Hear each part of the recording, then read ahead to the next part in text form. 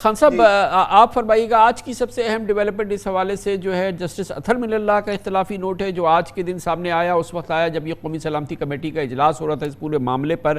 اس سے پہلے اور دو بردر ججز اس معاملے پہ کہہ چکے ہیں. جسٹس اطہر من اللہ کا نوٹ بھی آ گیا. یہ فرمائیے کہ یہ جو کیفیت پیدا ہوئی ہے جو کہ جسٹس اطہر من اللہ فرماتے ہیں اور دو ان کے بردر ججز نے کہا کہ یہ فیصلہ دراصل الیکشن کے حوالے سے مسترد ہو چکا ہے 4-3 سے.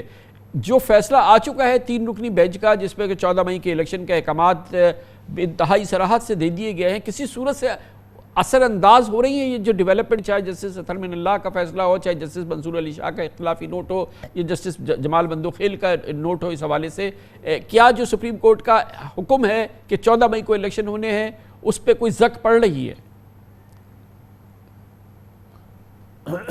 جی کامران خان صاحب بالکل درست ہے کہ وہ جو فیصلہ سپریم کورٹ کا ہے جس میں کہا گیا کہ 14 مئی کو الیکشن ہونے ہیں وہ بالکل درست ہے. وہی فیصلہ اس وقت فیلڈ میں ہے.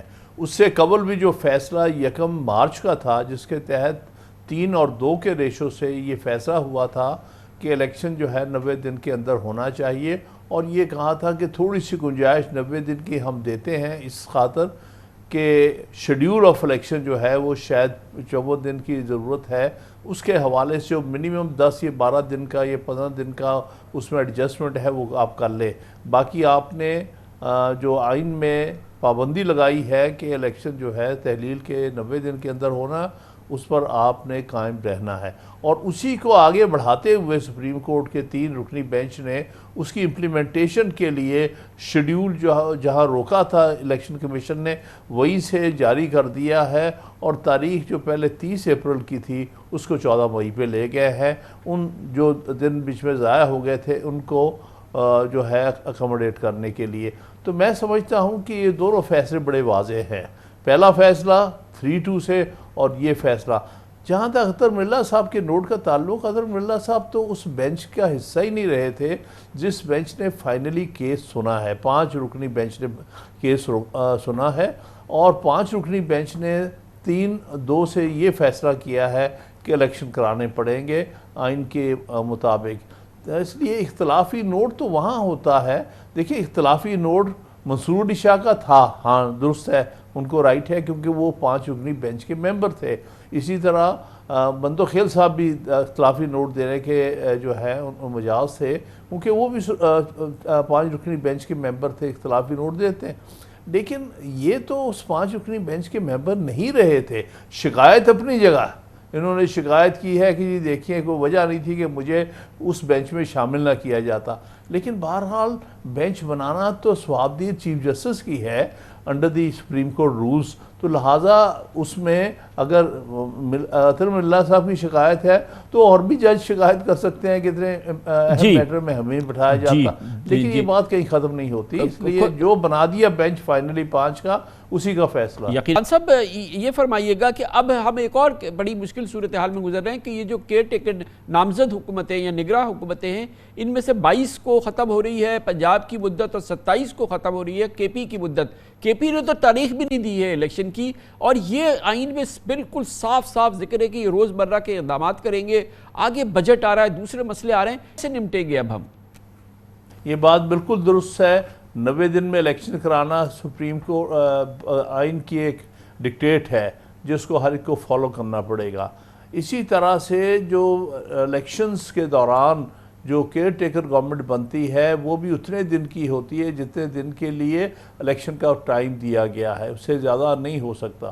اب بات یہ آئی ہے کہ اگر سپریم کورٹ نے کہہ دیا کہ پنجاب میں 14 تاریخ کو الیکشن کرائے جائیں تو زیادہ آپ یہ کہہ سکتے ہیں کہ اس کے نتیجے میں کیئر ٹیکر گورنمنٹ بھی 14 مئی تک ایکسٹینڈ ہو گئی ہے.